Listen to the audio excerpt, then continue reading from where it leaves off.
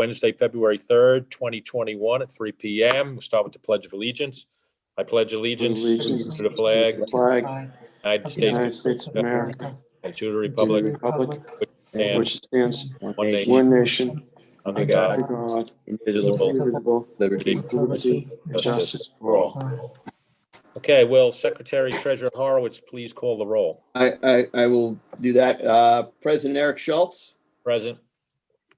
Secretary Treasurer Horowitz, I am here. Trustee Ed J. Warner Jr., Present. Trustee William Pell, Present. Trustee Ann Welker. Here. Mr. Chairman, we have a quorum. Okay, great. So go right into discussions. We have the Peconic Baykeeper request for agriculture renewal in Cold Spring Pond.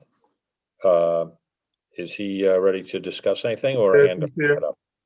Okay. He's coming in.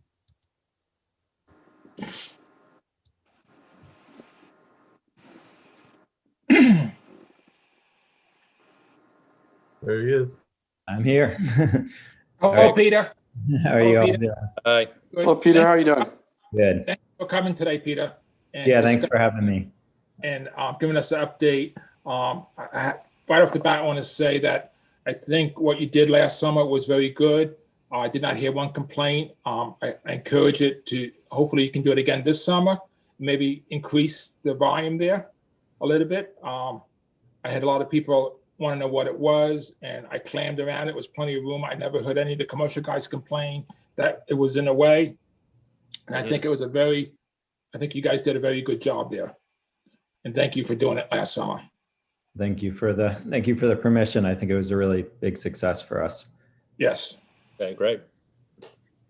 Do you have any analysis as far as the growth of the oysters that were in that area? I'm just curious to see how the oysters grew that you were raising there. I don't have anything currently offhand, but I do have some measurements that I can send to you. Everything overall, I think I mentioned this at the last meeting, did really well. We did have some stunting because of the rust tide that was present in the bays, which slowed down growth.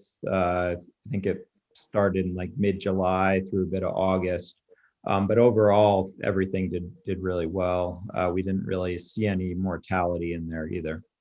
That's good to know, because one thing you have to take in consideration when you start putting, shellfish in high densities, like especially oysters, is the MSX and the dermo. The MSX would probably come like the second year. So I just want to make sure that they're spaced out far enough that we're not going to encourage any of these diseases to take over any of these. I know in Sag Harbor, about 20 years ago, there was a large set of natural oysters, and literally they almost all died because of the MSX down there. So I'm just curious to see if how they survived and how they grew. So I know historically Cold Springs has been an excellent place to grow oysters Right. in the time I've been on the water. Yeah, and I think like I mentioned at the last meeting too, there's quite a bit of natural set up in the rib muscles along the marsh in there as well. That's good, and you're just going to add to that, so that's even better. So I'd like to thank you for what you do, and let's continue it. And like Bill said, maybe we can build on it.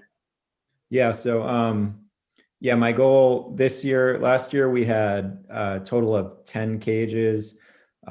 If we get the funding support this year, through our organization, I was hoping to expand to 15. I would like to keep it small scale in that site. And, if we have another successful year, maybe next year we could discuss another area where we could set up another site and another pond in Southampton.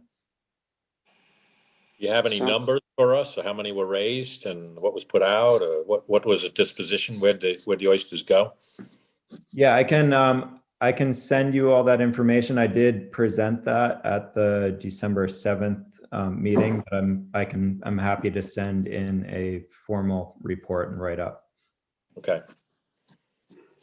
Sounds good. Yeah, maybe Eric, we can have him come on one of our general meetings and have him go over what we allowed, how he did it, and for the public, education, like a little bit of a forum from him explaining to the public. I think that would be really good PR for him and for us, and educating people in the public.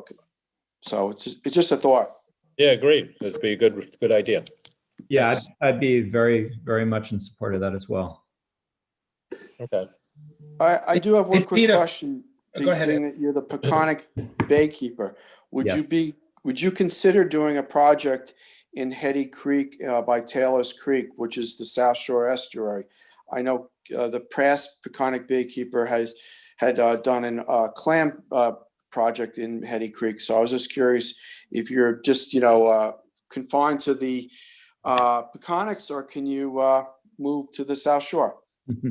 We, well, it's the beauty of being in the nonprofit. We can be wherever we want. No, we're technically the Peconic Baykeeper, but under our mission and our licensing with the Waterkeeper Alliance, we also work in the South Shore Estuary Reserve.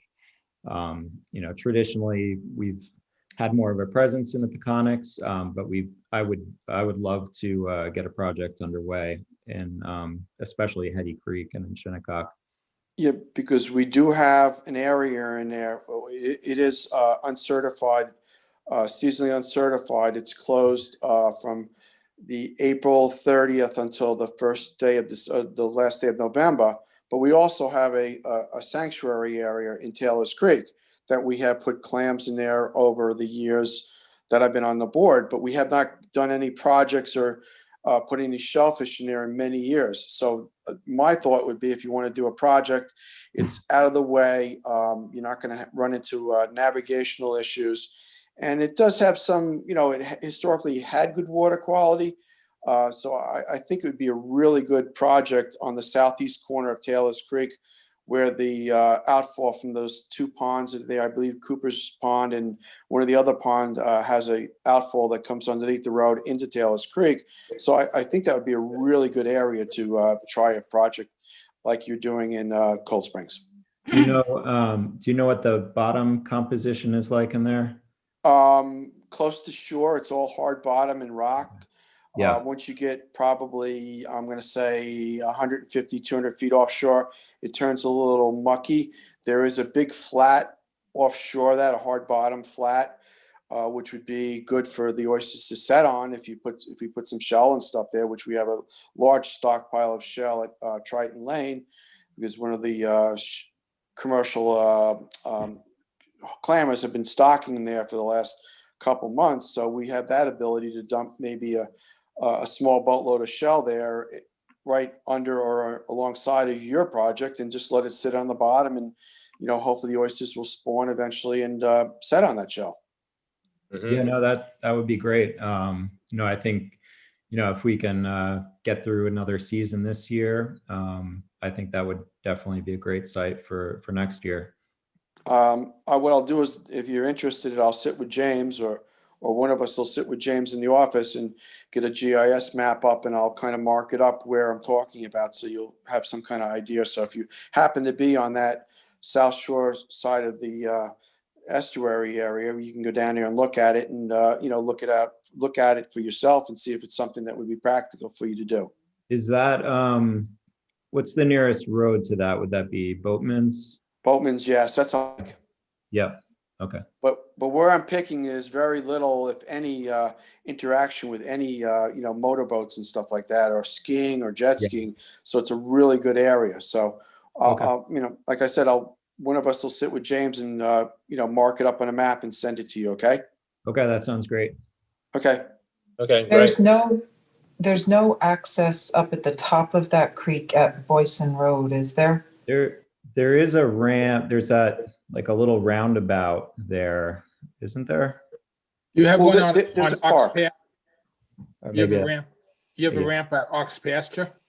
Yeah, but Boyson has a little park where it goes underneath the road. Oh, okay. So Yeah, I know where you're talking. I've taken the boat right up to there. Yeah. I know. Yeah. Yeah. But there is the Boatswain's Landing is the only one that would have an access.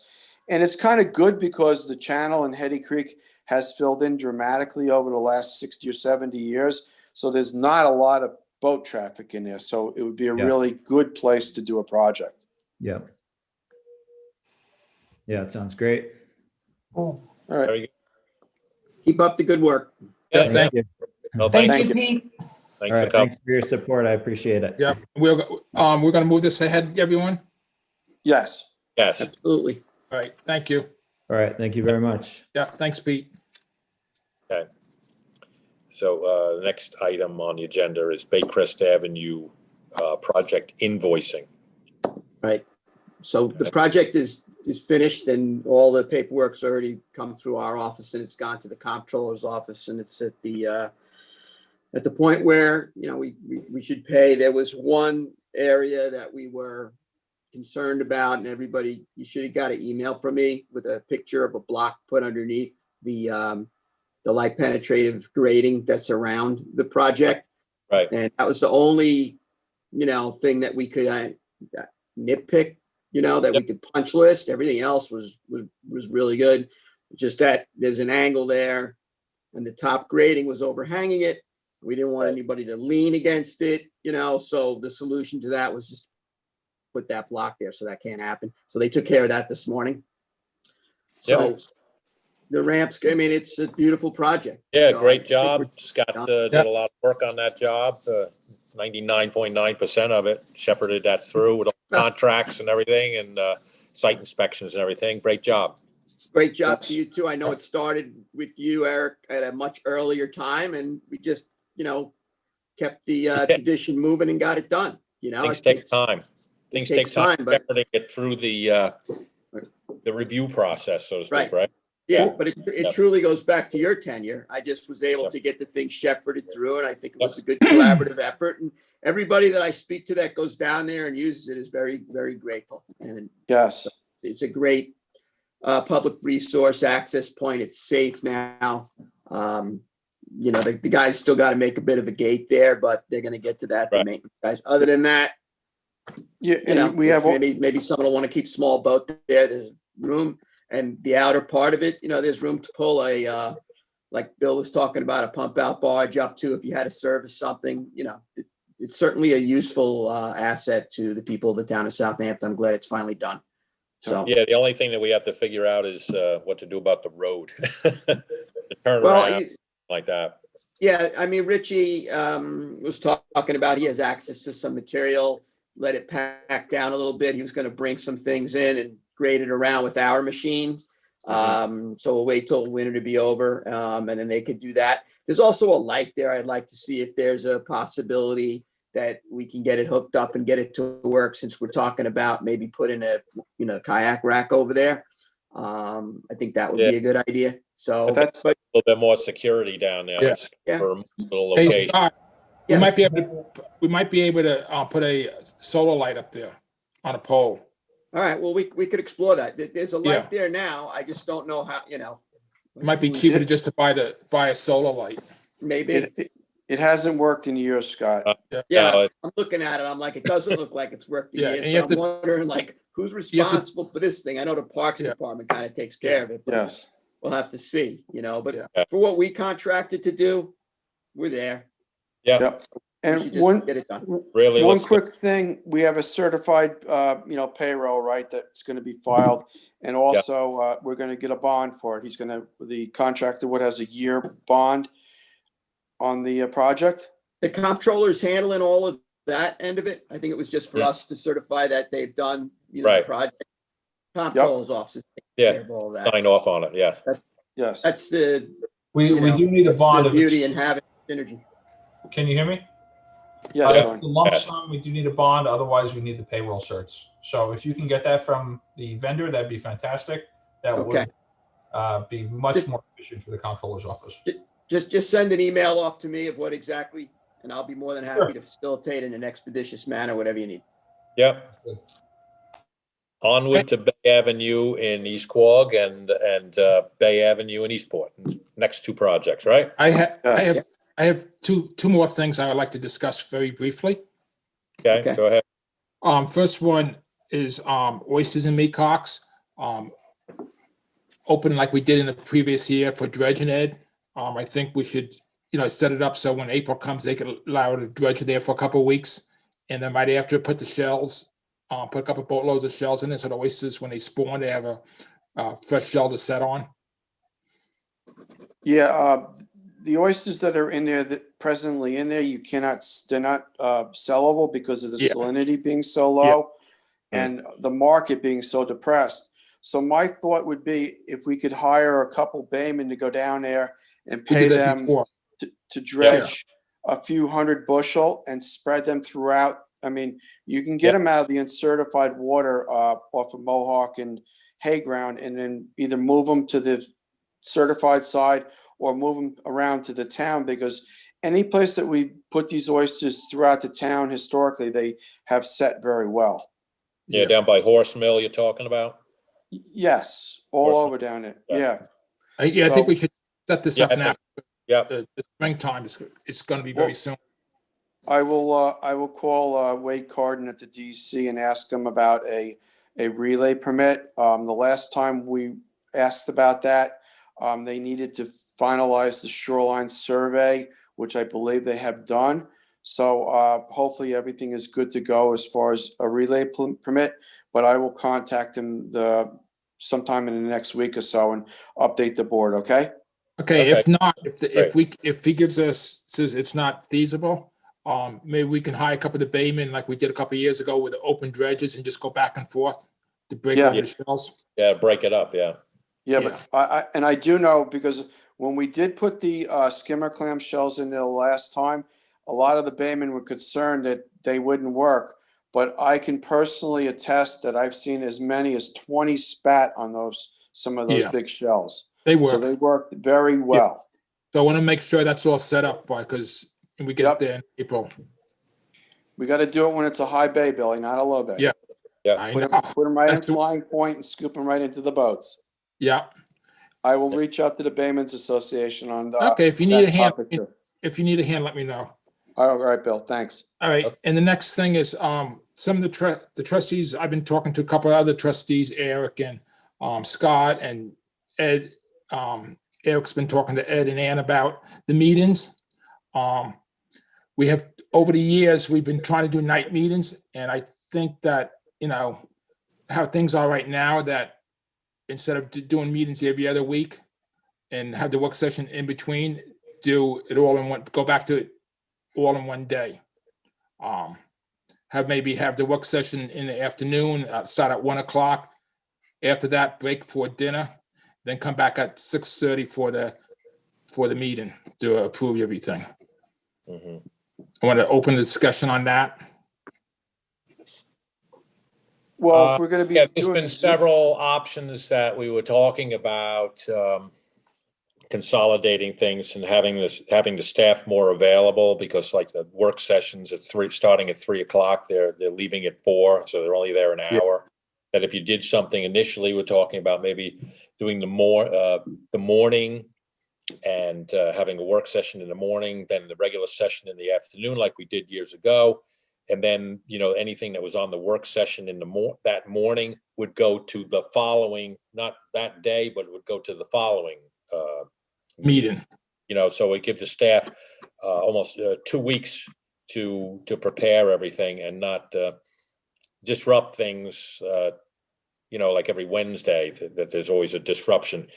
But then some other people suggested that maybe it would be better to have the regular work session as it has been scheduled for the whole year, in anticipation of using the meeting room, that we have the work session, the regular session in the work session in place of in the afternoon at 1 o'clock. So the staff is there for at least a couple of hours, and then take a break and have it at the general meeting at night to afford the public more opportunity to speak. So it's something we should, start, the discussion on and figure out if it works for everybody. Talk to the staff and everything and see if it works with them. I talked to Charles, and he was okay with the day portion of it, but I haven't talked to him about night yet. So Right. I would also just suggest. a thought. Our overtime, if When- we'll incur overtime on Right. We have night meetings. Just Right, well, we We would, did that right. with the town board as well, just for keeping buildings open and overtime and stuff. So when you have that discussion, I'd suggest you invite them too. Well, it would be the same as the Board of Appeals meets at night, right?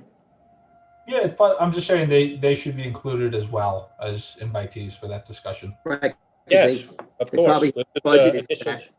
this is an initial discussion on it to make the trustees more available to the public and make things go smoother. Have the staff. what do Yes. you feel is not going smoothly, Eric? I wanted opportunity to have the night that the people come in at night that can't make it during the daytime. So what you mean when we come off of the video conferencing and we go back to in-person meetings? Yes. Mm-hmm. Yep. Preparing for that. You know, Anne is a big proponent of having meetings in different places and at night to allow the public to have a better input.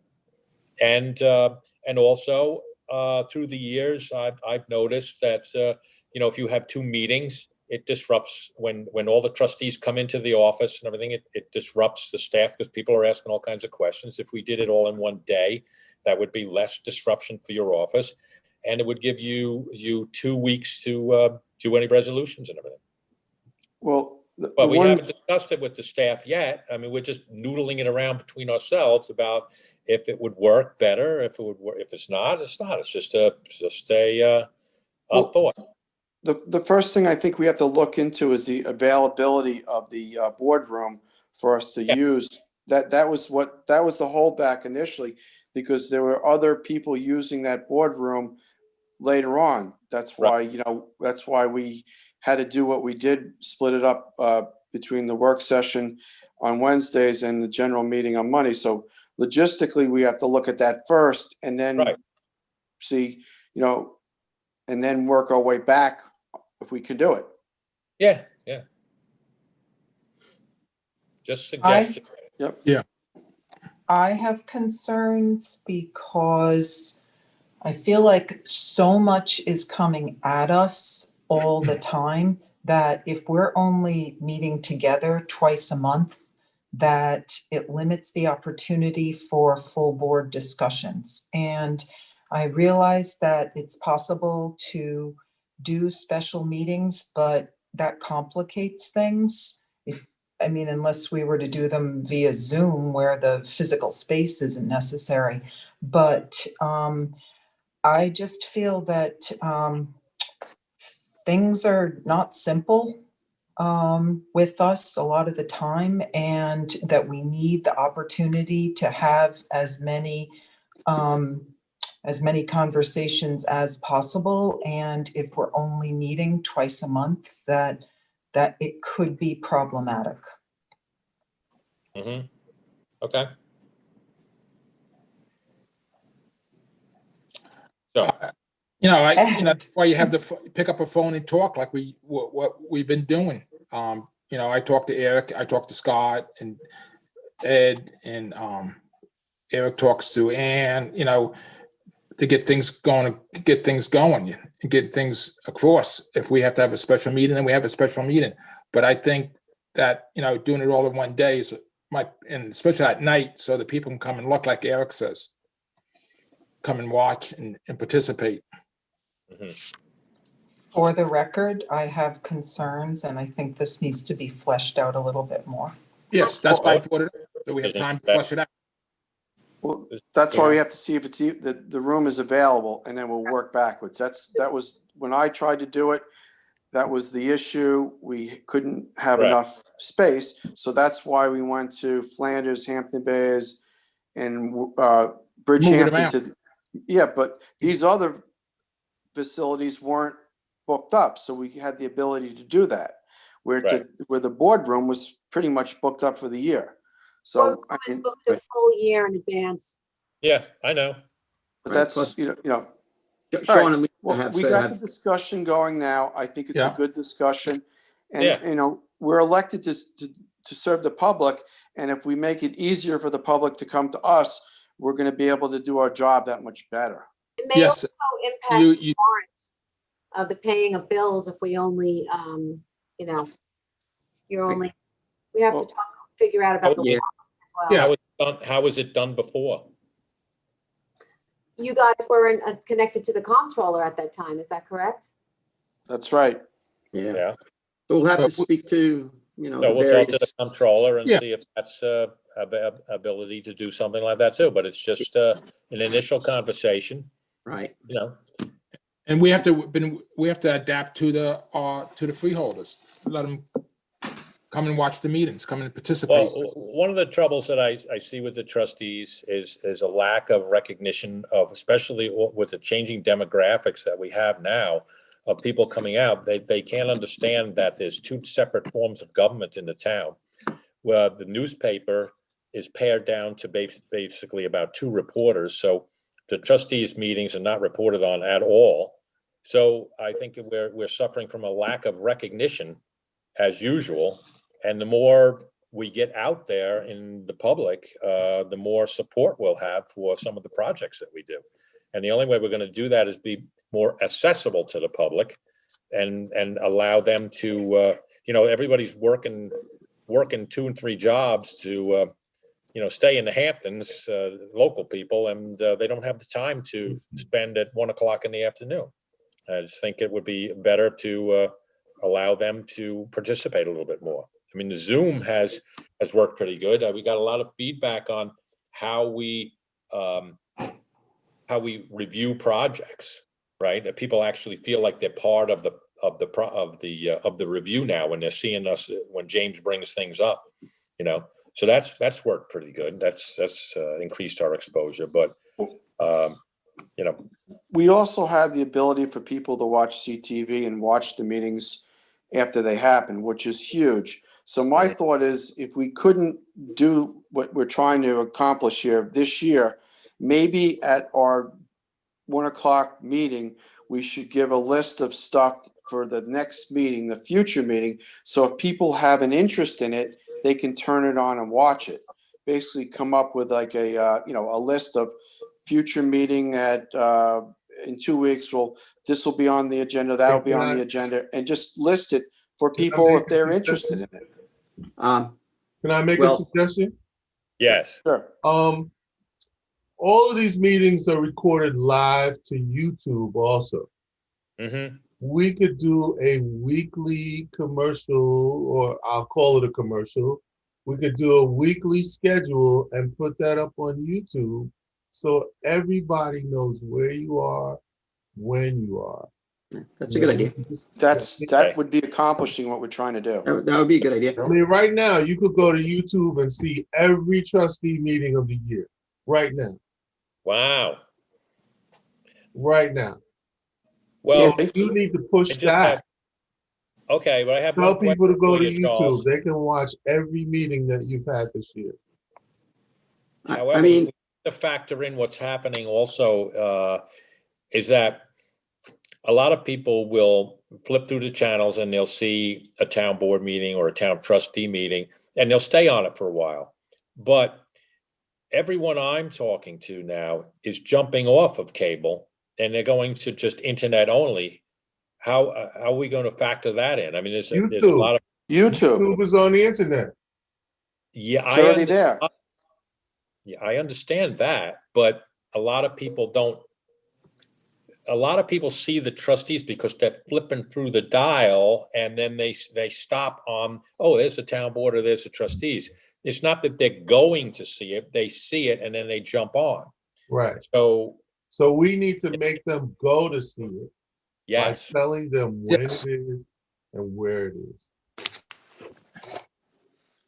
You're right, Well- Charles. yeah, And you are Charles, right.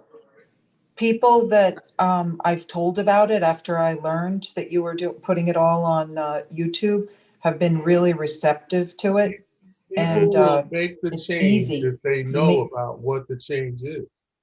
Mhm. You just gotta tell people what the change is. Mhm. right. Look, we're trying to be as open as we can. We want you to be well informed, and this is how you do it. Yeah. What I will say is that, we've had an adaptation, obviously, for public safety reasons and personal health and safety reasons, because of the pandemic. And I think that, the board did a great job with this transitioning to Zoom, and we've been very productive. Quite frankly, I think this is going to go on with shortages of vaccines and all of this. I mean, I got even the tuna fish is wearing a mask over here, So, I think for a while, we're going to be in this phase here. I think Oh, we're going yeah, to be in this definitely phase here for a while. Till after the summer, probably. Yeah. No? And I think the board's done a great job in the adaptation to the Zoom and still maintaining everything we needed to maintain, supporting the oath that we all took to the people of this town. And it's been one of the most productive boards that I've been on. And I'm proud of that. I'm proud of working with all of you. So, I mean, great suggestions. I think Bill brought up, a good starting point, and Lisa had a great suggestion. Also, there's a lot of other considerations, and we'll explore it, and we'll hopefully get through this pandemic and, have more options available to us and to the public. The other thing is I can always, the card that I have up with the sunset there, I can always put the link to YouTube right there. Why don't you do that, Charles? Yeah, that's a good idea. I can always do that. That's it, Charles. Yeah. I think you should straight away for all the meetings Right. I can do that. That's a great idea. And also we can put the link on some of paperwork too, on the forms, and when people come and pick up the applications, put it right on it. And the website. And the It's just like website. it's just like advertising. Yeah. That's what we're doing. It is advertising. But It is, one yeah. thing one thing I like to say, our board didn't miss a beat during this whole pandemic so far. Right, We've been right. going right through it, just like it wasn't even there with these Zoom meetings, and still doing our day-to-day business in the office and e-permitting and with our credit cards and everything. So we've been innovative prior to this pandemic, and it worked in our best, in the best for us and the public. So I think we're doing a great job. I mean, I don't want to pat ourselves on the back, but I mean, I feel comfortable that, a lot of other, organizations and departments basically had to fold up. We just, have pushed through it and gotten better. We've been a productive board. There's no question. Well, I think the difference between us and maybe other boards is that, we don't have the tremendous staff like the town board has. The town board has the entire town hall at their disposal. We're the ones that go out and do the field inspections. We're the ones that are taking the measurements. So it really doesn't affect us too much. We're just cranking along and doing what we've done in the past, Yep. Yeah.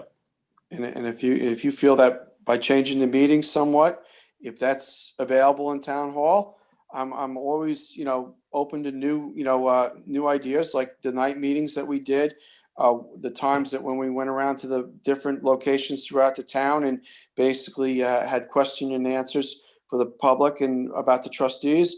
A lot of people, Eric, and you probably know this more than any of us, is they really don't understand us. And by reaching out to these CACs and other groups, it really helps us, solidify what we are and makes it more of a seamless between the public and us, so people can reach out to us. Right. That's important.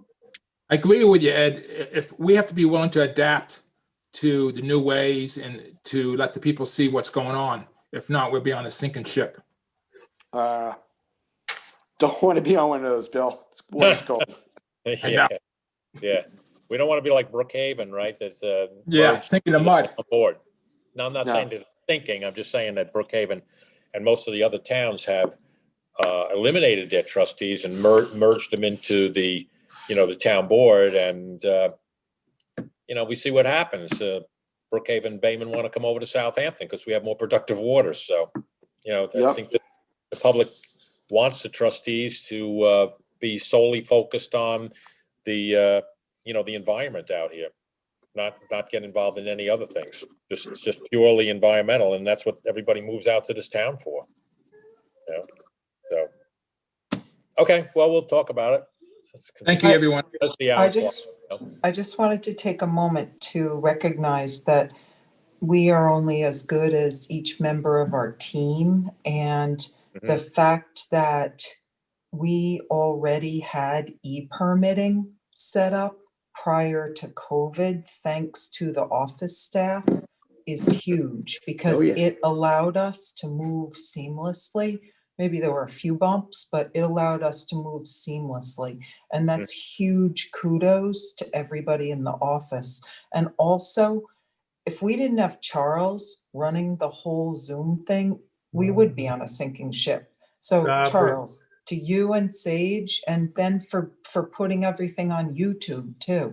It's just, I mean, it's been, we have much gratitude for everybody Yes. that's pulled together and put their head down and put one foot in front of the other through all of this. And that needs to be acknowledged. Watch now Definitely. on YouTube. Definitely. Hey, Eric, you could probably Yeah. say we're the oldest board and one of the most innovative boards, huh? Yeah, definitely. Definitely. So, There you go. Watch So. now on YouTube. Okay. all right. Thank Cool. you. Okay, great. Wow, see how fast that? Okay, fantastic. Okay. With that, we'll move into general permit applications for determination, but I have to leave the meeting, so Scott is going to take over for the rest of the meeting for handling the permit. So Okay. I will see you guys, Thank you. guys and girls, Monday. All right. Thank All you very right. much. Okay, bye. Yes. All right. So I have a couple of applications on. I've got David and Mary Beth Lohias, 22 Post Lane in the Village of Quogue. This is an InterScience. Is somebody here from InterScience to? 1 second. They're coming in now.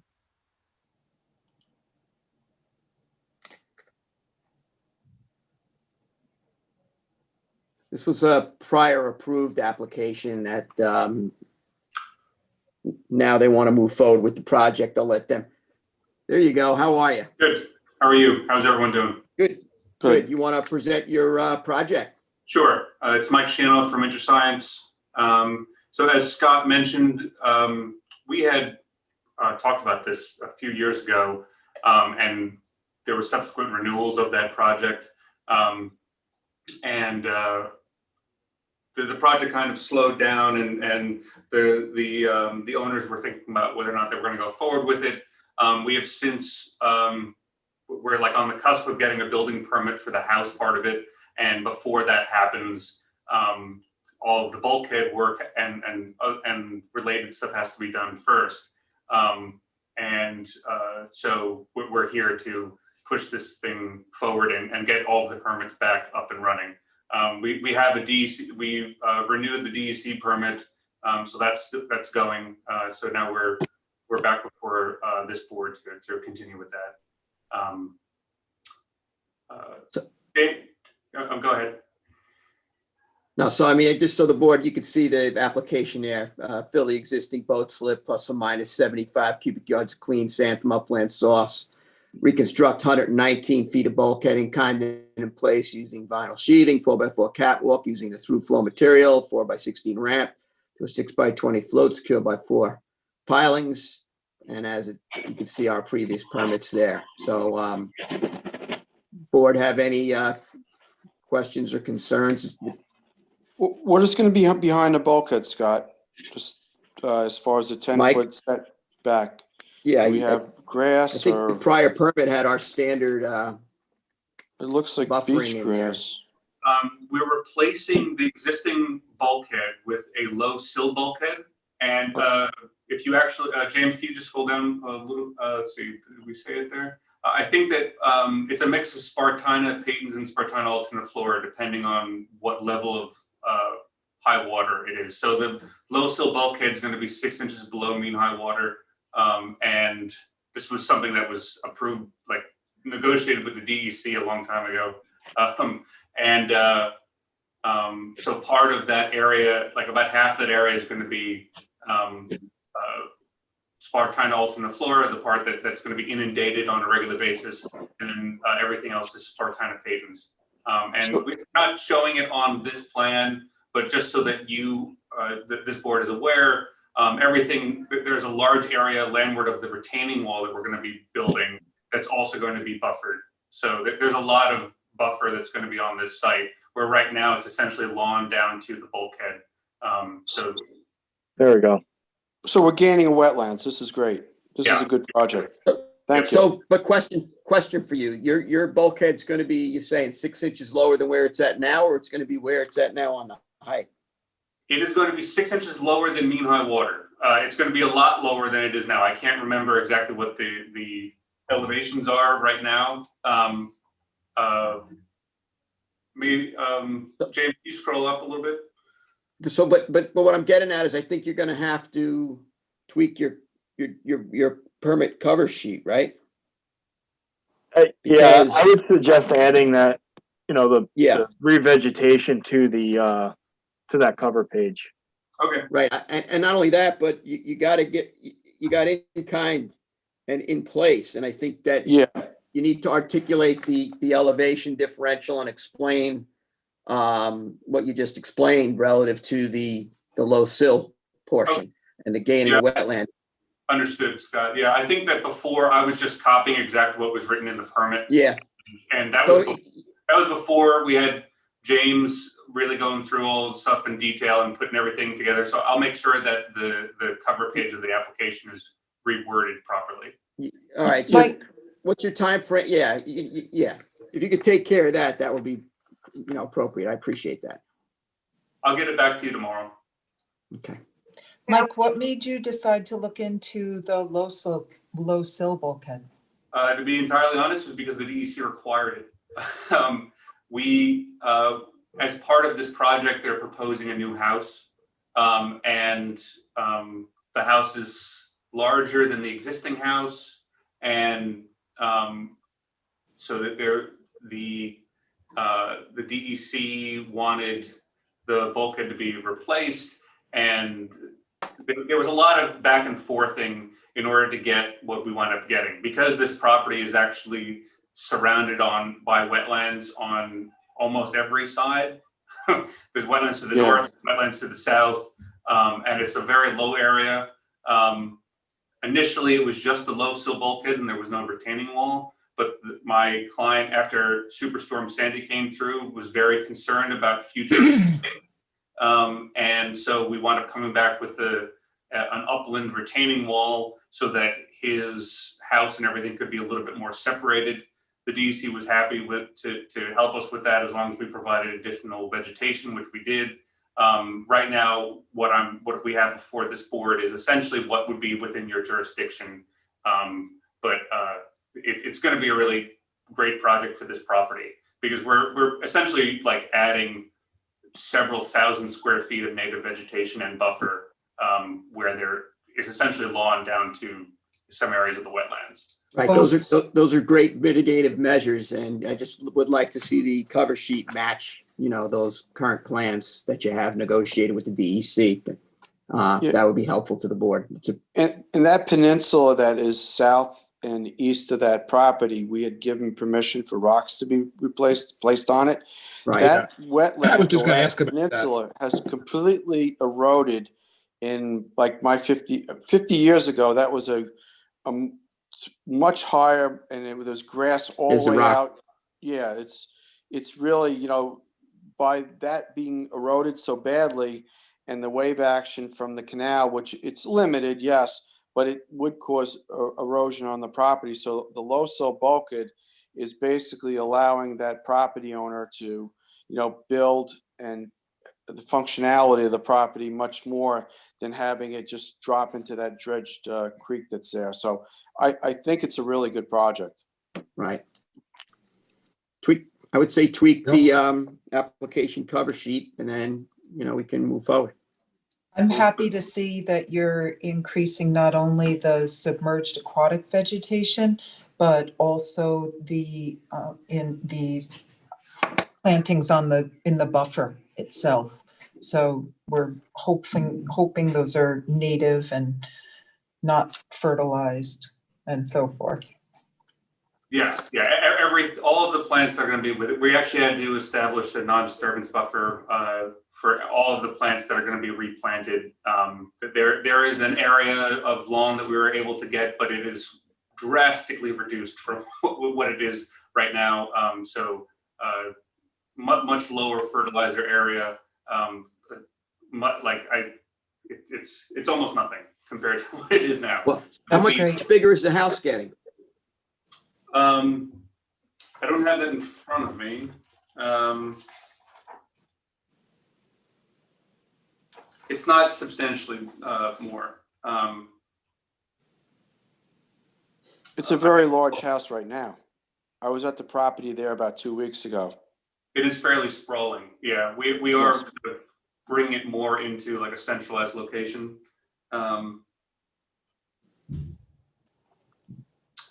Yeah, I have all of the.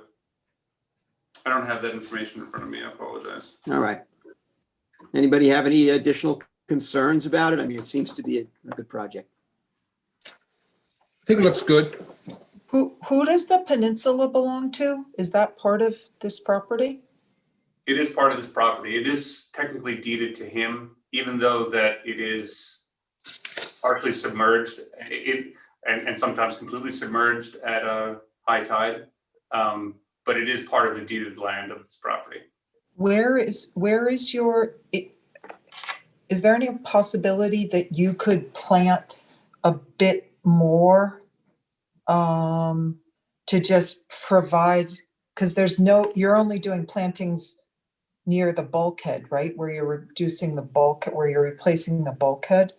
But is there any possibility that you could do at least some submerged aquatic vegetation along to help stabilize that peninsula? I think that they may have tried that in the past. It didn't work out. Yeah. We had given a permit for rocks and I believe revegetation, and because the height of it has gotten so low that it's underwater the majority of a tide, so it would not hold the plants. Even if they're submerged aquatic vegetation? Yes, because there's a lot of wave action there sometimes, and with the wind. That's what was one of the first permits I gave out when I became a trustee. And all the boats that go by too. There's a lot of wave action that comes through. I was just thinking that if you had some plantings in there, that it would help to provide a little bit more, but I understand if it doesn't work, it doesn't work. Yeah, I mean, if you had gone back and put bigger rocks to break the waves down, then you could probably put plants behind the bigger rocks. But I think that really defeat the purpose. They're real small rocks. Yeah. Yeah, and at high tide, people try to drive across there and run into the rocks. That's the problem. Yeah. It's completely submerged. Yeah. Has the rock stabilized at all? No, it's pretty much like it was. What would you give that permit 8 years ago, Billy? Yeah, 8-9 years ago. I'd say about 8 years ago. No, it's slowly just being eroded away, very slowly. So I think the project is good that we're looking at right now with the bulkhead and the low sill. Yeah. I'm a big proponent of these low sill bulkheads because I think they increases the net gain of a wetland.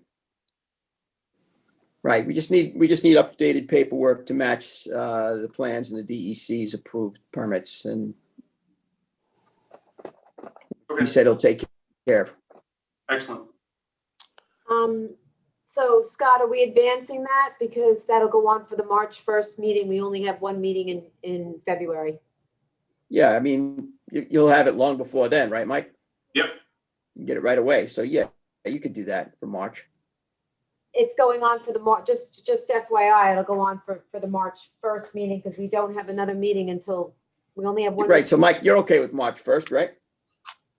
As soon as you guys can do it, that'd be great. So March 1st. Well, that's fine. what- Thank you very much. I'll make sure to get that cover page to you this week. So That'd be great. Thank you. You got that, Lisa? thank Yeah, you. thank you, Yeah. Scott. You're welcome. Thank you, Mike. Thanks, Thank- Mike. All right, moving right along. I have Kristen Trovich or Mike Trovich coming in for carp management Group LLC 17 Ludlow in Lane in Hampton Bays. Are any of the Troviches here from Shoreline? I see a Michael Trovich on the list. Coming in now. All right. So there you go, 4x10 open grate ramp to lead to a 4x100 fixed pier, open grate decking, open grate steps, either side of the fixed pier to access all timber, non-treated tropical timbers, open grate for decking and galvanized hardware. I'll let Mr. Trovich take it from here. How you doing? Can you guys hear me? Hello, Yep. Yes. we can hear you. How you doing? Good, thanks. Good, how are you? All right. What questions do you have? James, wanna have you just- done an analysis of the, I was over here a few months ago looking at this. What's the pier line in this area? 100 feet. Yeah, I think we're okay with the pier line. We're okay with the material. It's greater than 10 feet off the property line, right? You scaling that? Yeah. 15. It's 15 feet. So 15 feet, so he's okay there.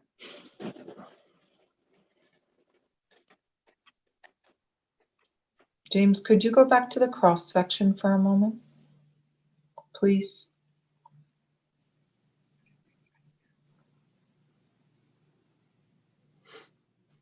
He's got steps going up and over so that the public can pass and repass. Yeah, that's a very highly traveled beach there. Right, so he's made the accommodation for that as appropriate. If the steps are there, do we need a ladder at the end or are we okay? You should probably the steps are just for pass and repass, people can put a walking ladder. along the beach. But a ladder at the end would be appropriate in case someone falls. I mean, Yes. because, yeah, that would be appropriate. Safety ladder. Yeah, Good put a idea. safety ladder at the end. Good idea. I agree. Yeah, Probably Can't hurt. a little easier to board the kayaks and stuff anyway. So right. So Do you have a Everybody's got- kayak? Do you have a kayak rack, Mike? that you- there's nothing in the plans right now. I don't know if their intentions are to drag them down from the house and put them back in the garage. Nothing was ever discussed. So I guess that'll have to be a separate application if they ever want to cross right. that. Could always modify it. Yeah. It So looks he's good, meeting the Scott. pier line. Huh? It looks Sorry. good. Yeah, I don't have issues. Anybody have an issue? He's got the material. He's off the line. Looks He's good to within the me. pier line. It's okay. No issue. It looks like you're in front of the conservation board as well for pool. That's that's a whole different application. Okay. It looks like it's just pending. So just for the board's consideration, not a violation or anything. Right. So this should be totally separate from that entirely. And if it meets our Blue Book regulations, I think it's okay. So Do you done a want good job. to I add the safety ladder, Yeah. Yeah. do the same thing as the last one? Just add the safety ladder to the cover sheet and plans and advance it to the March. That's fine. Is Yeah. that fine? March 1st. Okay. All right. So You can you got just add the safety ladder on the plan, send it to James tomorrow or later or something, and we'll push it for March 1st. Okay. Terrific, guys. All right. Thank you. Thank you, Mike. Be well. Be well. Mike, Hey, take care. thank you. Thanks, Ann. Thanks. Take care now. Trustee Warner has a few on. Okay.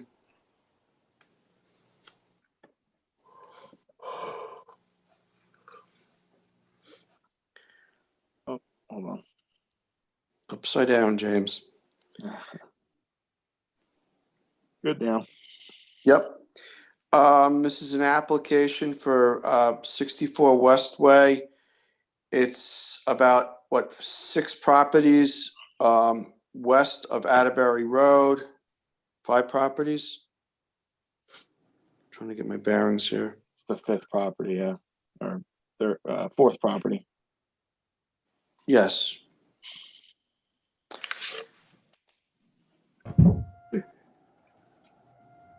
Okay, it's a constructed 4 by 91 foot catwalk with a ladder at the seaward end, 8-inch diameter pilings, 2 tie-off pilings, use open grate. Basically, it gets them to about, what's the water depth? About 1.5 feet there, 2 feet, James? Is that what we looked at? 1.5. Yeah, which would be similar to the dock that's just west of them, I believe, which was permitted, I guess, about 35 years ago. Any thoughts on this, James? It's inside the eelgrass beds. It allows, for access from the property. There's the Shinnecock Beach Road. So there's, trying to look, the distance is 22 feet between the bulkhead and the, Is anybody here from First Coastal? I believe Okay. Billy Mack was going to be here, but I believe he's driving down from Massachusetts, so he's not available. Okay. If I can comment on this one as well. Yes. This lot is flagged for stop work orders back in 2014. Those need to be cleared with the building division. In addition, this lot is designated as Moratorium Area B, Shinnecock Hills. It's flagged as no agency of the town shall accept, process, or approve any application for building or demolition permit which involves excavation, digging, grading, or regrading any improved or unimproved lot in this area. Well, What does- technically, it's outside of this lot, but if it does have stop work and it's flagged, we have basically, stopped the review of the application, correct? So we should probably do that now, and I'll reach out to the consultant and see what's going on. Right. They just need to clear that with building department. Okay. I think we should put that on for the next work session. Yep. I have no problem with it. I did not know that was there. So Duly noted. yes. Billy Mack, And Billy Mack is here now. Yes. Do you want to address Billy Mack on this, or? Yes. No. Charles, I guess can you we'll let him in? Coming. Go. Can you guys hear me? hey Mr. Billy. Billy Mack. Hi, everybody. Thank you guys for taking me. You hear the would you commentary start? before? I did, yeah. The violations, if you guys remember, there was a pending violation from the bulkhead that was constructed there, and that was that was all resolved, and we got the CC on that, so that should be completely resolved.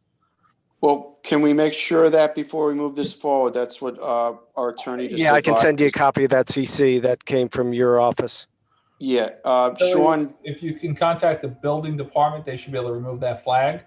So I would just Okay. recommend you do that. And so long as that's done, I don't see an issue. Before you hopped on, I just denoted this area is marked as a moratorium. So your application can include excavation, digging, or grading of the lot. So any structures touching the land, you have to keep that in mind. That's okay. We're not proposing any excavation, correct? No. Very good. Or no. just the dock, correct? So what we'll do is we'll resolve that flagged issue, and then we'll move it for the next work session if we got that squared away, Bill, okay? Okay, good. What I'll do is I'll send a copy of that CC to the building department. That should resolve that issue. Yeah, Awesome. and send a copy, put a To you copy guys. in the application too, so that we have it for our record. Okay, will do. All right, Bill. All right, thank you guys. Appreciate All it. right. So Lisa, Nice we'll day. put this on hold. Put it on hold. Ed, Hold. okay. So the next work session, or? If we get the material and everything is squared away, I'd like to put it on for the next work session. Okay.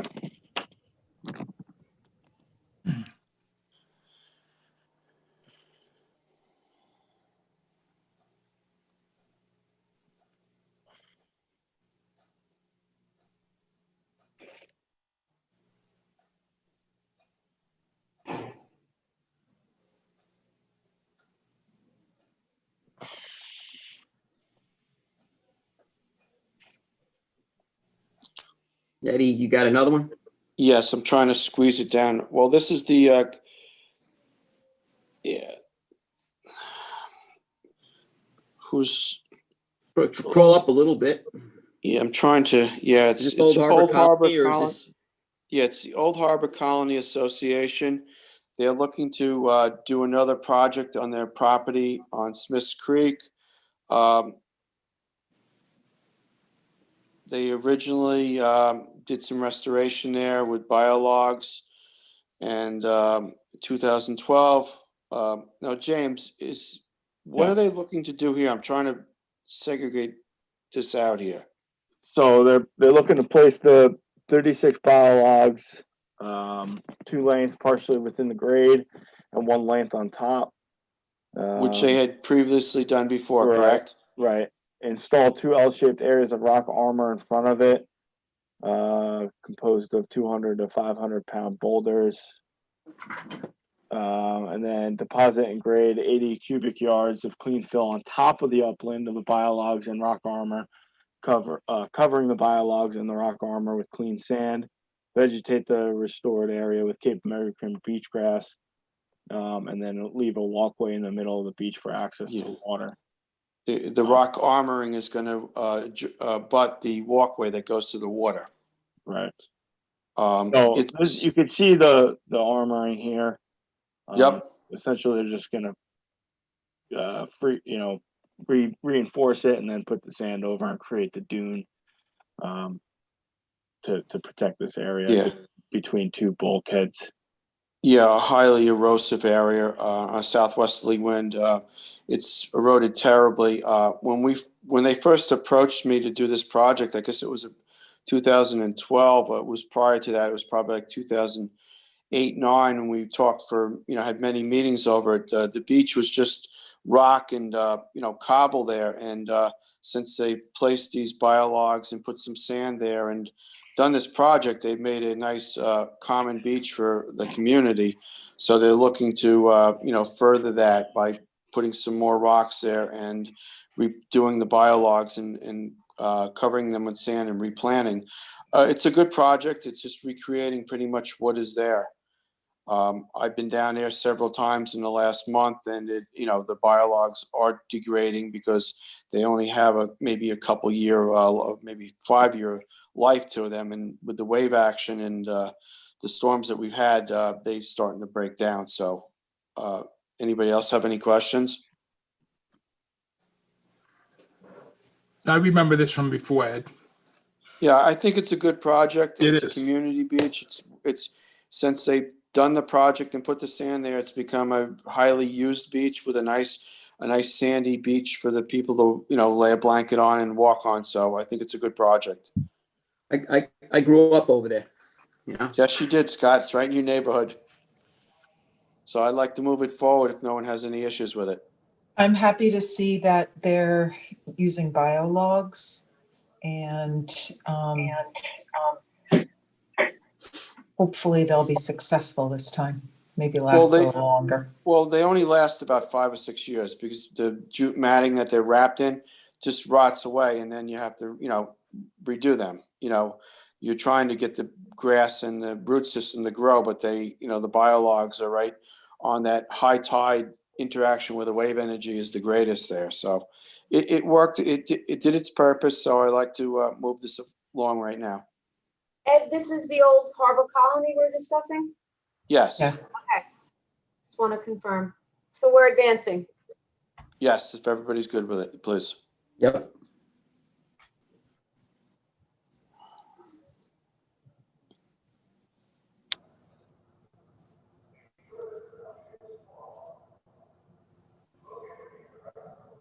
I think Suzanne is on for this one. Yeah.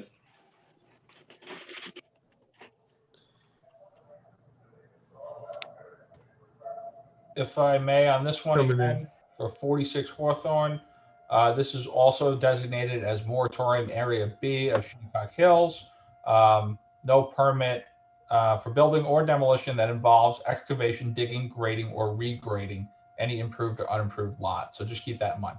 Yeah, but what we're reviewing now is on the Shinnecock Beach Road, so it's outside of.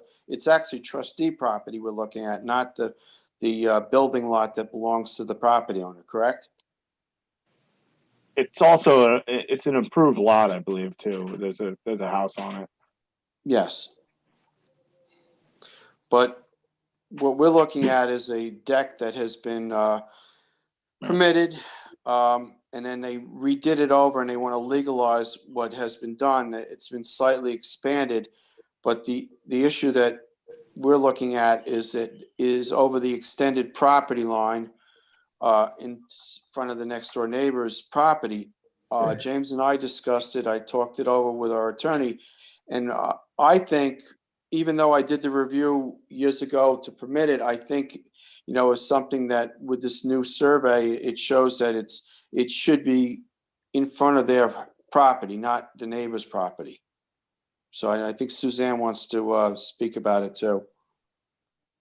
I was, my only question is, I got the message that you would like to see it moved over to the extended property line, which is fine. I just wanted to make sure you were okay with the slight expansion. It's 2.5 feet bigger than was originally approved. It went from 21.5 feet to 24 feet wide. So I just wanted to make, before we have the plans updated, make sure that the size is okay and we could just pick the whole thing up. It's all Trex, so it'd be a lot easier if we could just pick it up and move it over, as opposed to having to reconstruct it. Yeah, I mean, it's an area that's off the house. It's somewhat of a distance between the house and the bulkhead. I mean, it's probably almost 250 feet, maybe longer, bigger, and it's an extremely steep slope there. So they use this for, you know, sitting on and storing their kayaks and stuff. So I'm okay with the size of the deck, but I don't know what the rest of the board's thought is on it. So to be clear, Susanna, if you were to pick it up, you would bring it so that it was a conforming structure and then request a modification so that it included the difference in size? Is that how it would work? Well, we've applied to legalize the current structure that was reconstructed without a permit. The Right. previous structure had permits for a deck that was 21.5 feet.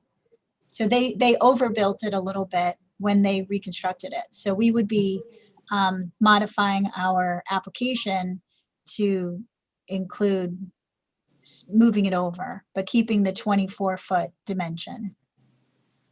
And moving But it it would over bring so it- that it's at the property line. Right. but moving would it bring over 2 feet. Correct. Okay. And the associated steps that go to it, those would move over as well. And this up here too, right? Yes, exactly. So everything would be within the confines of the property. Over the, in the extended property lines, yes, correct. Right. And it would also have a pass and repass gate on each side of the deck with steps to able to access up over the deck and then pass along to the other side and go down to the next property.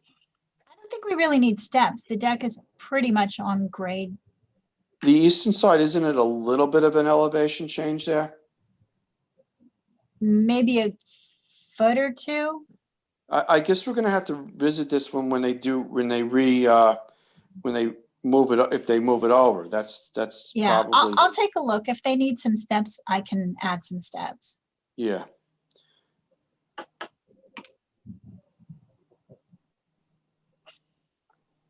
I don't have a So- good picture from that angle. And when we were doing the application, it wasn't something we thought about. So Yeah. I can go take a look at it.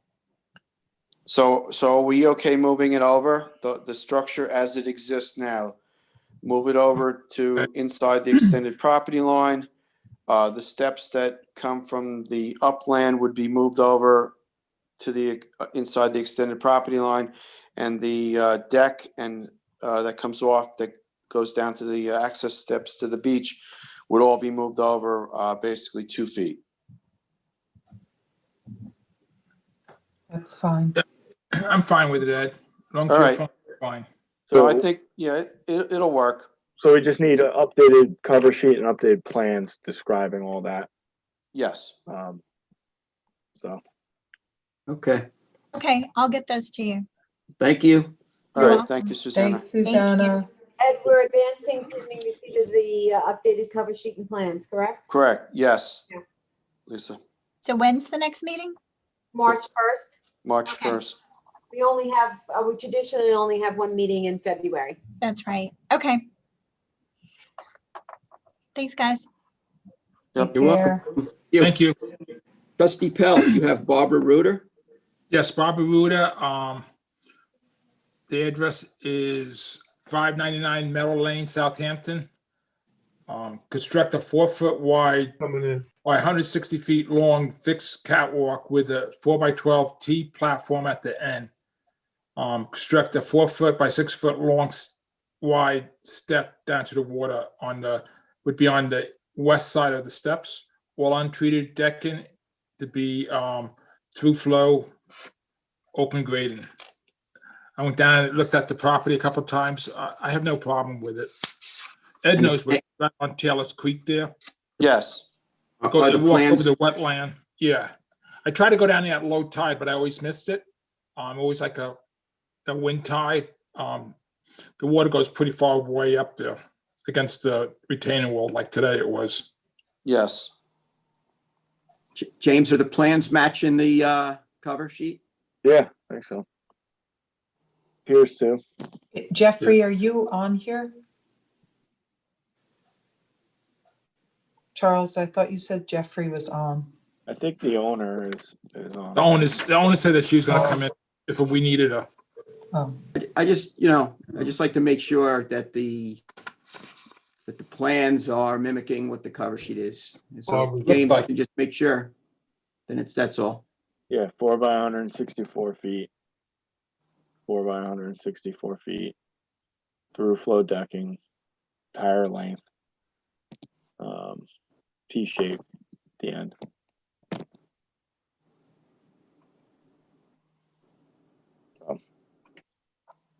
Looks good to me. And then Okay. this If you- drawing off to the side here. This is, I can't see it. It's so small, but that's all on the plans? that's the detail of the steps, Scott, I That's think. the- Yeah, I couldn't see Yeah. it. Yeah. The steps and the T, the 4-foot wide by 12-foot long fixed. Right, and T that's all matching the cover sheet. Yep. Okay. Yes. I can go Okay. back to it if you want to see it.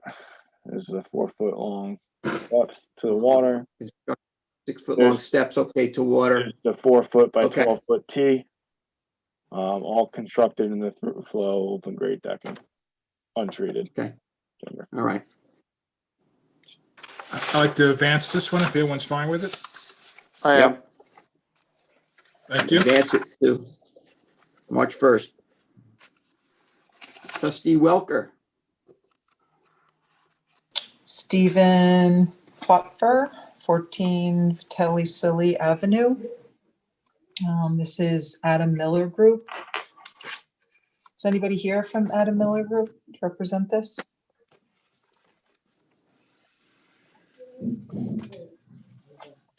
So this, maybe not. So this is a proposed 4 by 58-foot elevated catwalk supported by 16 6-inch posts or pilings, 3.5 by 12-foot hinged ramp, and a 6 by 20 floating dock secured by 2 8-inch pilings. The proposed floating dock will be 60 feet from mean high water, and access is via water using barge and by land on the applicant's property.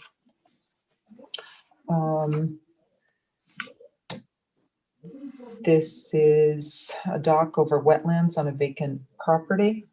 And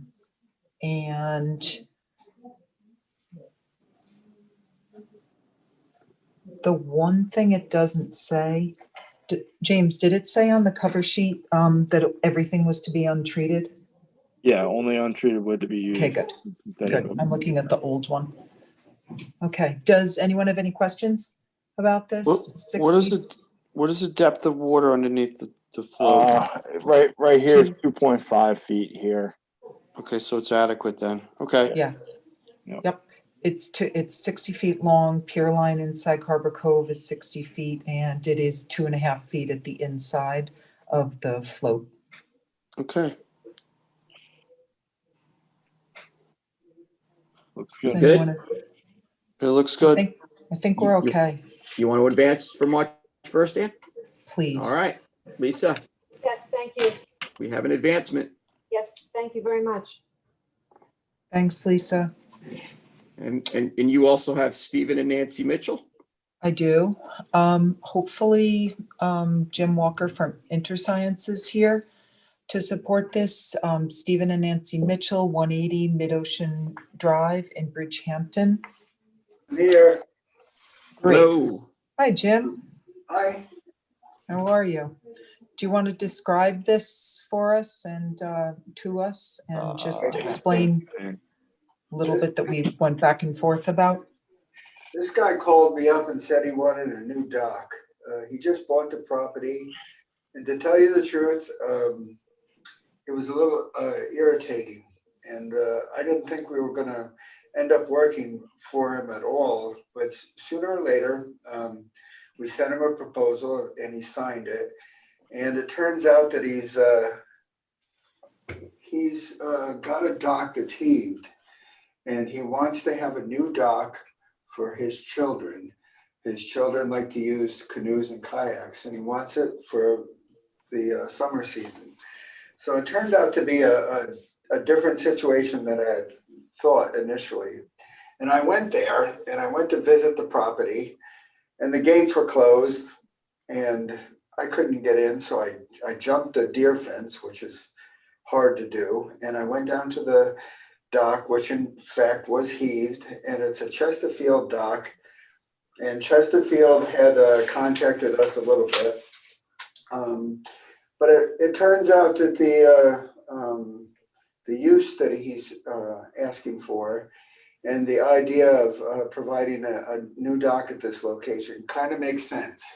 So what we did was we drew up drawings, and the drawings show a dock which conforms with the current town and state policies for dock construction. In other words, it shows a dock that's elevated 4.5 feet above grade as measured to the bottom of the girders or the top of the ledger board. Now, when you do that, you got to have a longer ramp. Chesterfield built one for us at 951 Flying Point Road. And I went there to do the site inspection. At the time, the dock builder was placing piles and had everything going. And you really need a 20-foot ramp to get up to a fixed pier catwalk that's above the grade of the marsh, 4.5 feet. So we show 4 by 20 ramps up, a short dock out. We show a ramp down, and we show a float. The guy wants a float so he can get into the water and launch kayaks and canoes. We also show a kayak rack. So what you have in front of you is exactly what the guy wanted. It's to replace the existing dock. He asked for rope handrails, which is kind of hokey and pleasant to look at. So I told him I would show them. Short of that, as soon as we got into the process, I told him I would file the applications and that we would ask sea level mapping to do soundings. So we did, and the soundings came back, and the soundings show a dock at the other end of the property, which appears to have been built by Lloyd and Victoria Goldman, who I know because we represented them when their oceanfront property was under attack and the water was breaking into their swimming pool. So the fact that they have a easement on the end of this property was a little surprising. And initially I told Steve Mitchell, who has been much friendlier now that he knows that we're representing his best interest and trying to help. I told him he had to tell the people to remove the dock. And what he got back was an easement, and it appears that little easement and the little dock there may have been permitted by the town. So we're looking to the town for advice on Lloyd and Victoria Goldman, who may or may not own the oceanfront anymore. But that little thing is used for kayaks. I don't know who designed the dock or whether it's properly permitted or not. But Stephen Mitchell would like to rebuild his dock. The soundings from sea level mapping show wetlands across the whole property. And that's kind of a mistake. There's a 2005 wetlands line, and then there's a 100-foot buffer, and Bob Fox put wetlands across the whole buffer, which is a little bit misleading. The wetlands are well understood. It's down by the Phragmites, and there's a footpath to the dock. We start the new dock, same place as the old dock. We go out a little bit further and we add a float. The soundings show 2.9 to 3.2 feet of water at a surface water elevation of 3. 3 is a little bit more than mid-bay. So the trustees will have to weigh whether the floating dock proposal is in adequate water or not. This is down pretty far in Sam's Creek towards Mecox Bay, and the other properties around there have floats. So that's about all I have, Ann. That's great. Thanks, Jim. Happy to answer any questions. Hey, Jim, Yeah. there's the, that other dock, what's there, is there, whoever owns the house across the street has a, right to go across over there? Yeah, I have the legal documents, Bill. Okay, so it goes with that thing. I do not know the history of it, Bill, but I do have the legal documents, and I recognize Lloyd and Victoria Goldman immediately because it's very unusual that we represent somebody that has the ocean in their swimming pool. And Hey, Ed, didn't we talk about this dock a long time ago when Fred was on the board? Yeah, there was an issue or a question about it. And I it forget really exactly never, what it was. it never really went anywhere. As I remember this, but on this easement, is it a deeded easement where they actually own the property, or is it something that just allows them to go across it and to put this? it looks like a deeded easement, like they own that strip of property. I can provide it to the trustees. I have it. I think you gave it to us. I thought you gave it to us, but. So there's two different owners there. There's Has one Sean that has. reviewed it? Sean, did you review any of this legal paperwork? Guess I don't have No, it. I have not seen this yet. This is the first time it's on work session here. So I didn't get a full application. I'm looking along with you. To be fair to the office of the town attorney, we could submit the legal documents after we get done with this meeting, and we can take this issue one step at a time. We have not heard from DEC, Army Corps, Department of, well, actually I got a Department of State approval. So we haven't heard from the Army Corps or the DEC. So the trustees have this at a fairly early juncture to the credit of Ann Welker, and we will provide the legal documents to the town. I don't think I've been in this situation often, but I have the legal documents that were provided by the property owners' attorneys, and probably also for the office of the town attorney. You'll probably want to read the title report. Yeah, if you could send it, that'd be appreciated. Hey, Jim.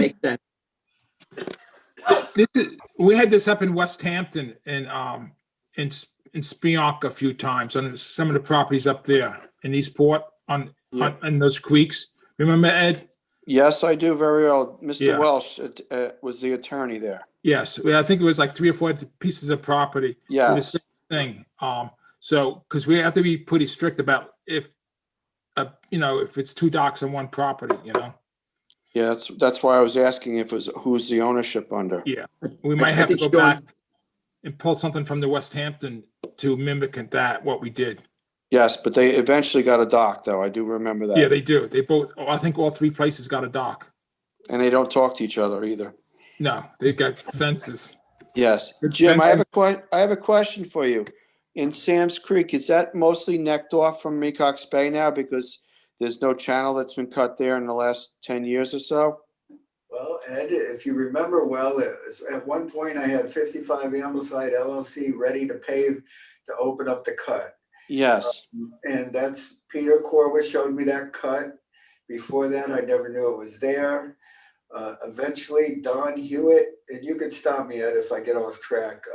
No, I'm just trying to figure the water height is, because the last time I was in Mecox Bay, the water height in Sam's Creek, once it got to like a half bay, never fell anymore out of there. It doesn't fall. It stays up, which is bad for the water quality. Yes. In other words, it becomes stagnant. And that's an Yes. unfortunate set of circumstances. But I don't have a client that's willing to pay. 55 Ambleside sold out. So they moved away when COVID-19 moved in. And they were going to open up the channel again. Yep. Used to be Trustees opened up channels such as Burnett's Creek, Hayground Cove, Sam's Creek, Channel Pond, and there's that one at Wheaton Way. Yes. Those creeks were opened up regularly by the trustees and probably prior to that by Native Americans.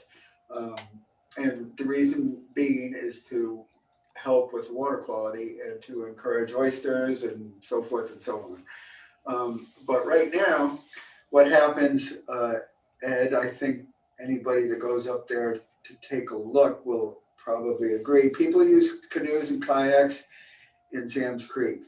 When they get to Don Hewitt's property and they run into the sand spit, they pull the canoe or kayak up and go over the sand spit into Mecox Bay, or as 55 Ambleside did, they get a mooring permit from the trustees and put a little runabout in the bay. Yep. And they take their canoe out to the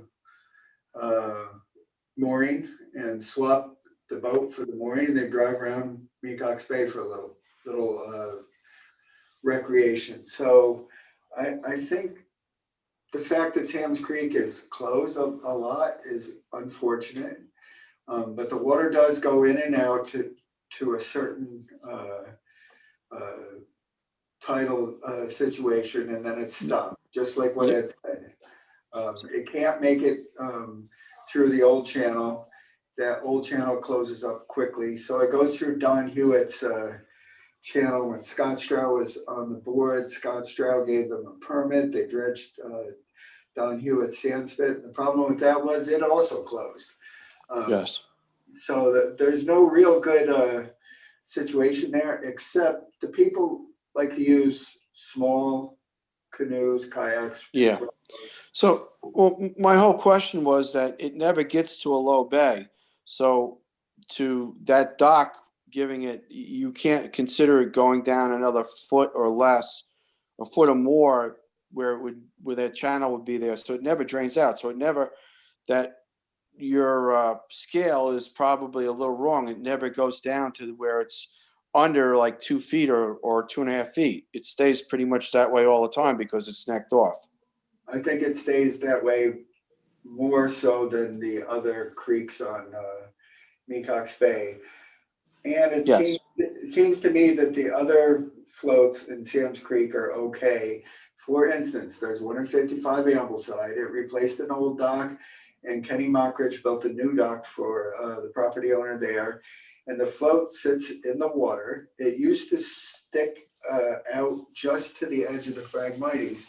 And we did Phragmites work there, and now the Phragmites is gone. So the float sticks out further than it used to, but it doesn't seem to cause any interaction with the bottom.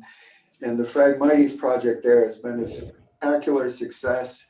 And that information has been provided to James Duryea, who is the most supportive person that I had. Maybe one of the only people that looked at my before and after pictures.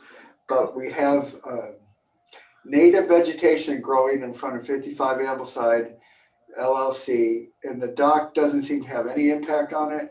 And the native stuff has crowded out the Phragmites and succeeded basically all in the Board of Trustees jurisdiction. Good.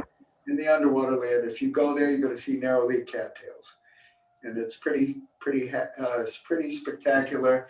And a little float probably wouldn't cause any problems. We do have to get a DEC permit. We do have to get an Army Corps permit. It's going to take me a little time to get their attention. The applications were filed, but you're the first board to actually take up the real issues on the project.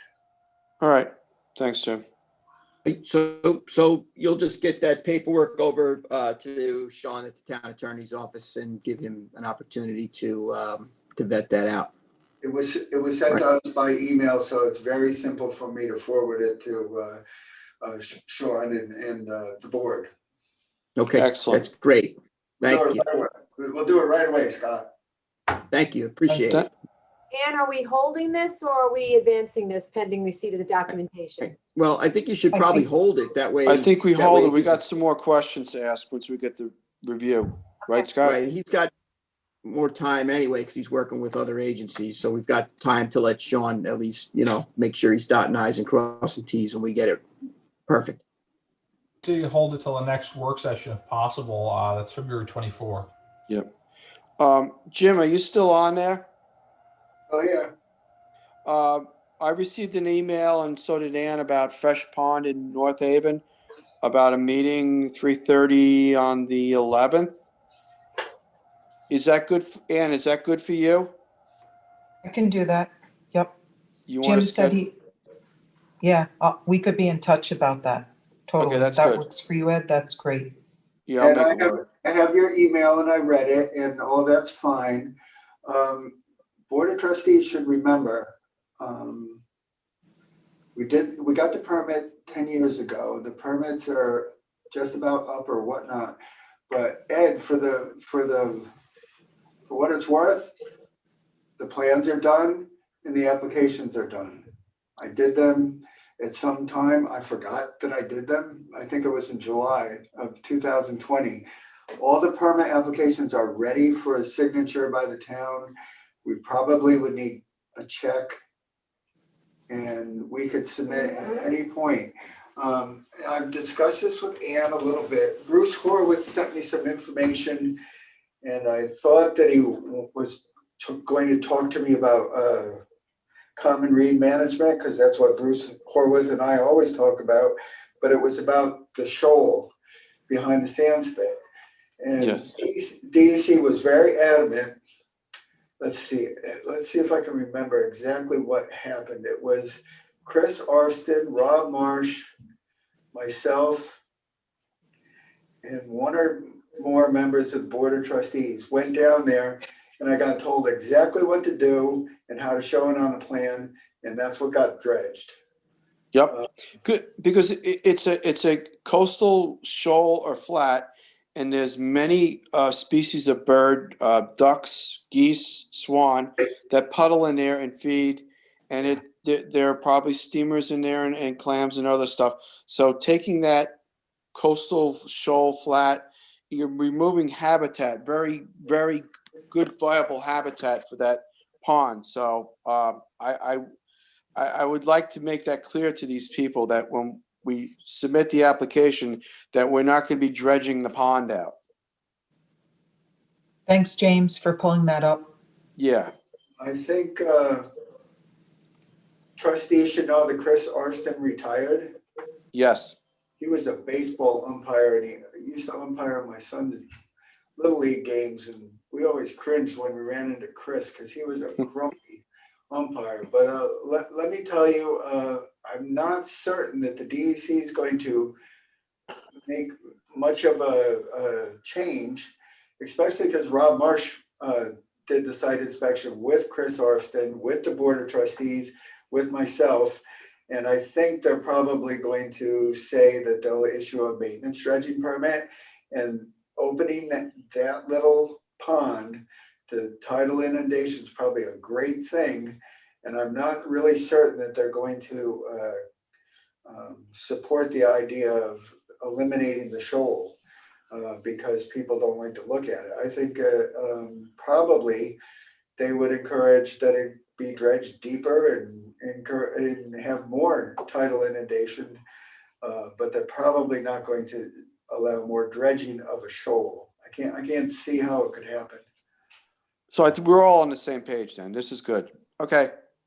I have Bruce Horowitz information again. It was sent to me by email. I don't remember if I sent it to Ann or not, but I've discussed it with Ann. I have that information, and if someone reminds me, I will be glad to send it on to the Board of Trustees. Thank you. Billy, Thank you're you. familiar with this project, right? Yes. Chesterfield did it, Ed. Han did it the first time. Yeah, Han did it.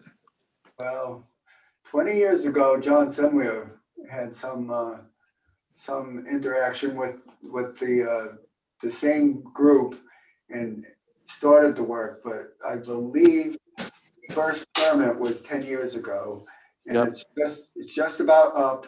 But I have the paperwork ready, and we can submit it without much effort on behalf of the town to the DEC, to the Army Corps, and you should do it soon, so that we don't get beyond the time frame where people remember.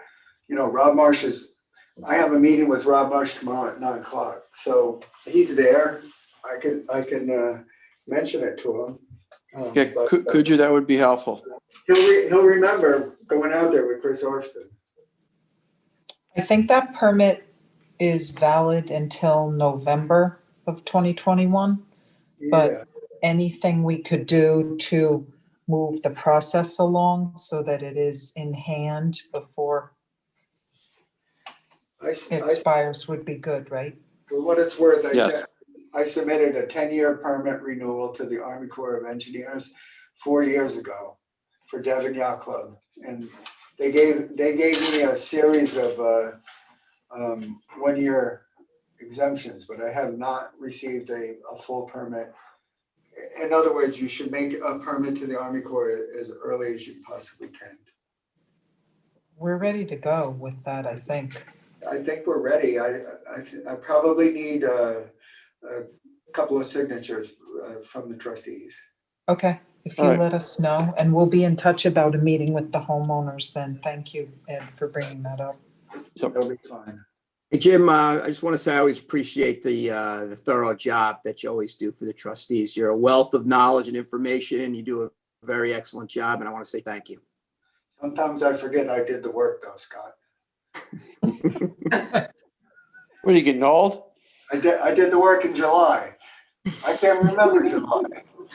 I was probably taking my son to Alabama or something. I can't remember. Bottom line is you do a great job. I appreciate it. All right, Scott. Anything else? Not for you. I think we're all set with you, Jim, right? You We let got Jim one go? bird on the last day, Mr. Durier. We got one bird in Scallop Pond, even though it was totally frozen over. We still got one bird last There day. you go. My son Nice. was very happy. All right. Nice. All right. Thank Thanks, you, Jim. Jim. Okay. Thanks, Great Jim. day. Great day. The only thing I would add to this meeting, because we're at the end of this work session agenda, is that before Eric went to wherever he had to go, I think he was indicating perhaps that we need to set up for an executive session discussion after Monday's meeting. So Lisa, Okay, so is this involving Purposes- outside counsel, or is this just contained with the board? it's to do with litigation issues. Okay, so Sean is involved or other parties or? It's definitely outside counsel. Yeah, at least, definitely gonna and be but outside. Okay, you'll give me the details, or give me those details? You want to do it Yeah, after it's- the meeting or prior? I think I think the council's gonna use his Zoom. That's my question, because I know sometimes outside counsel. Yeah, I'm almost positive that the other guy will use his Zoom. That's what we did last time, right? It's Stephen Stern, right? Yes. Yes. Okay, so So, Correct, Ed. Your meeting's on for 1. You want to schedule him for 2? yeah, I would say, how big is the agenda for Monday? I mean, could we, is 2 o'clock reasonable? at least, it's gonna be pretty No. long. I think we have at least 10 permit resolutions, and then we have. the You water- might, how about, Scott, might want to do 3 o'clock. Yeah, I was gonna suggest the same thing. 3 o'clock, Sean? Sure. Give us some time, then we could take maybe a little break, and then we can get into the, so if you could set it up Who for the is, 3. who is, so in the past, I was not involved when it involved outside counsel. He set it up himself. So do you want me to reach Well, out to Mr. Stern? Well, no, I think he would set up the Zoom. I just think you need to set up the session, the Okay, so executive just session. add executive session regarding litigation on the agenda. That's all you're asking. Yep. Okay. Okay, I'll put it at the end of the meeting. Thanks, Sean, you Lisa. good? We're good? Got it, Scott. All right. If there's anybody have anything else, or you want to adjourn? I have a couple of things. There you go. Sean, Yes. do we need a public hearing for the Morton Wildlife waterfowl changes? I don't believe so. I confirmed on their website that area is outside of their wildlife refuge. It looks like it was just a GIS error. We should not need a public hearing on that. Okay, so we can make those changes. I think it's just housekeeping in our blue book and stuff. Right. So Okay. not on the issue itself. We'll put it on for public hearing to amend the code, but that should be a pretty quick one. We'll close it. Public comment. The next meeting we can resolve and amend the blue book. Okay. So not a hearing substantively on whether the area is or is not the wildlife refuge, whether it's a blue book, and that should be this is a Scribner's error. Hearing open. Does anybody want to comment? Hearing closed. Okay. 64 Westway Drive sent me their certificate of compliance while the rest of the applications were pending. I'm satisfied. You can proceed with that if you'd like. All right, so we'll take it up at our next work session then. Okay, very good.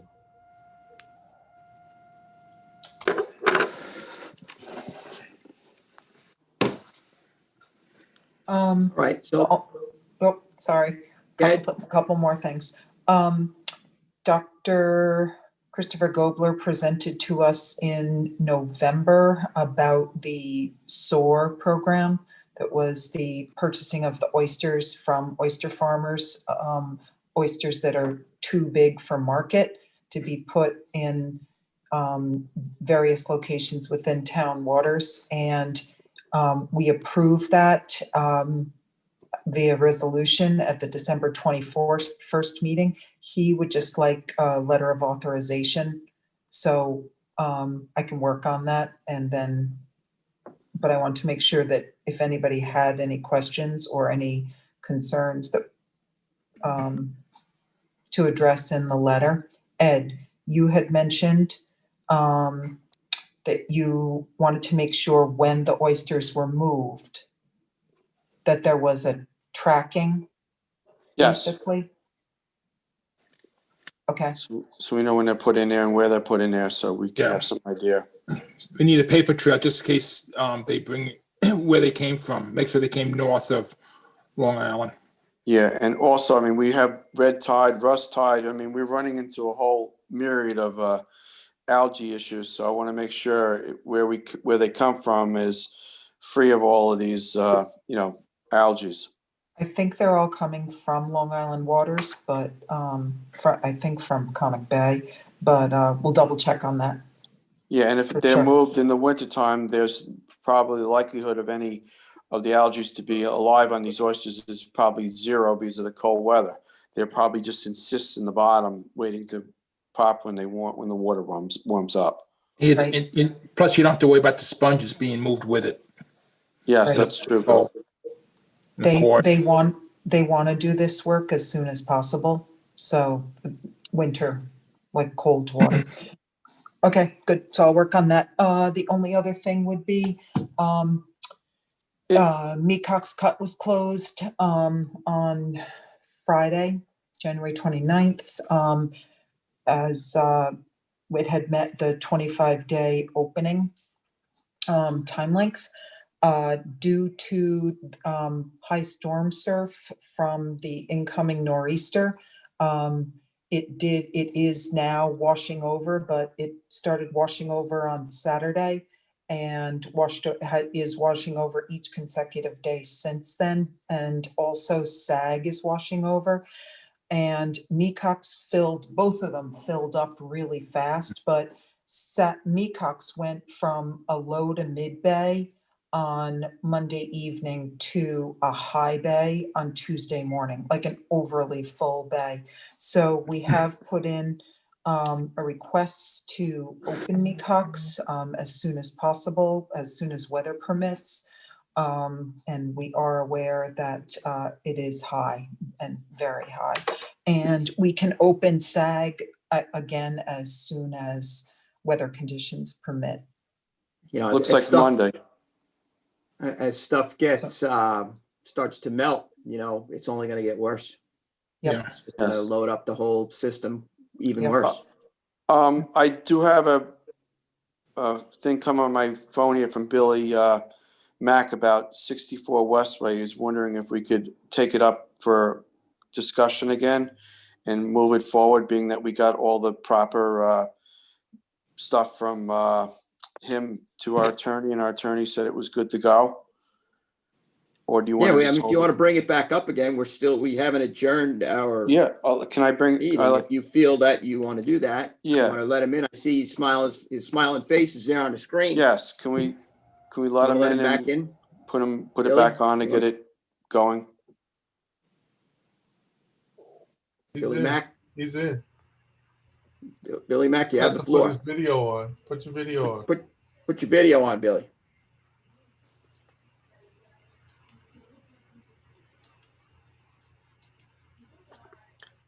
Billy, you're Billy Mack. welcome to join us. Here he comes. Good. He's doing something. I'm here. Sean, you looked at this. We're all clear to advance? All good. I got the thumbs up sign. May I Yes. clarify, please? Lisa. I'm on the ferry. Oh, he's on the ferry. Okay. Oh. May I clarify, please? Absolutely. So are we advancing So my Monday? service isn't that great. Yeah. Well, if For Westway to Monday's meeting? Hang on a minute. Hold Okay. on.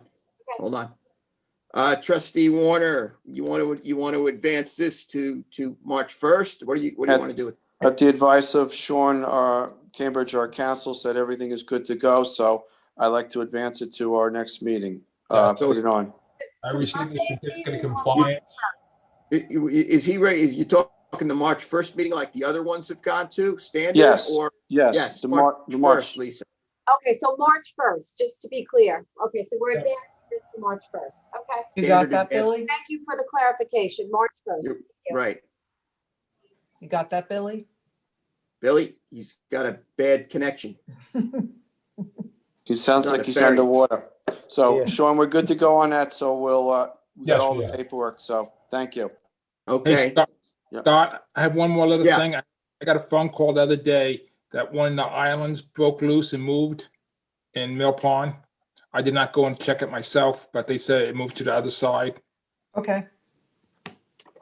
I don't know who's responsible for the islands right now. I know we're gonna eventually own them. Oh, do we own them now? I'm not quite sure. Well, I Well, thought we owned we- them now, so we Yeah. maybe gotta get the maintenance crew to, was there some talk about moving these off season and moving them back? Yes. Yeah, That was my advice, to put them like the elephant trunk, where you're not Yeah. going to have ice, sheeting off, which happened the other day with a 50-mile-an-hour east wind, and I- moving I them think that's all what around. happened. I think that's So what if there's a happened. possibility, when it gets a little warmer, to make these adjustments for safekeeping and whatnot, don't you think we should do this? I think we had a window of opportunity between now and Monday. Monday, it's gonna get extremely cold again. So if the pond is opened up, maybe we should send the marine maintenance guys down there with their works boat and move it someplace in the elephant trunk and anchor it up in there so it doesn't wander around with the ice moving back and forth. Okay, well, you want to talk to the maintenance? You want to talk to marine maintenance and have them? Yeah, I can talk to them. Oh, or Ed. whomever. yeah, I'll give Richie a call and see if they can get that done, okay? And let's find, clearly defined safe spot that everybody's happy with, for safekeeping, and then back where it's got to go for its effectiveness in season, right? If we put it by the Peter Corworth Park in that little dredged out area, it's out of harm's way. The duck hunters are done in there, so there'll be no interaction with them, so it'll be a good spot. So I'll reach out to Richie and ask him. Bill, you Okay? good with that? I'm good. That'll be nice and safe in there. Okay. Well, the only problem is that there's ice skating in there. So the skaters won't be very happy because that's the Well- only good safe spot for them to skate on Mill Pond. Well, So- we have an investment that we have to take care of too. Is there a possibility for some coexistence here? I mean, How big are these islands? I mean, Or They can put them way in 8 by 12 for. so they're six of them. not no bigger not than that a huge. boat. Yeah, they're not even Yeah, as they big can as a put them. boat. Yeah, they can put them way back in the corner there. I think it's deep enough back in that far corner, the northwest corner of the elephant trunk. Yeah. Then it'll be out of harm's way and out of a skater's way. Yeah. So I'll reach out to Rich either tomorrow or after the meeting here. All right? Okay, I'm fine with that. thank you. Okay. Thank Oh, you. Yep. The only other thing is the entrance at Scott Cameron from the parking lot into the 4x4 access has been closed off both ways because it eroded along the stockpile. And we had to limit access there. So just for anybody that's driving on the beach, you can't get in to Scott Cameron. Okay. Maybe we should have Chesterfield, when we do the next dredging, opening the cut, move some of that material to the east side and put it along that beach. Yep, we'll stockpile. Because it's along gonna there be a for long sure. winter. We've got a lot of time left in this winter, Yeah, we do. so. Yeah. Especially no, we'll- according to that Puxatawny Phil guy.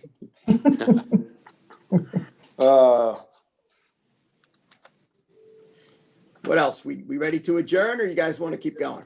No, I'm good. We could go all night. We could turn this into a night meeting, no problem. No. Yeah. No, I I do got it once in a phone while, calls. Scott. All right, so motion to adjourn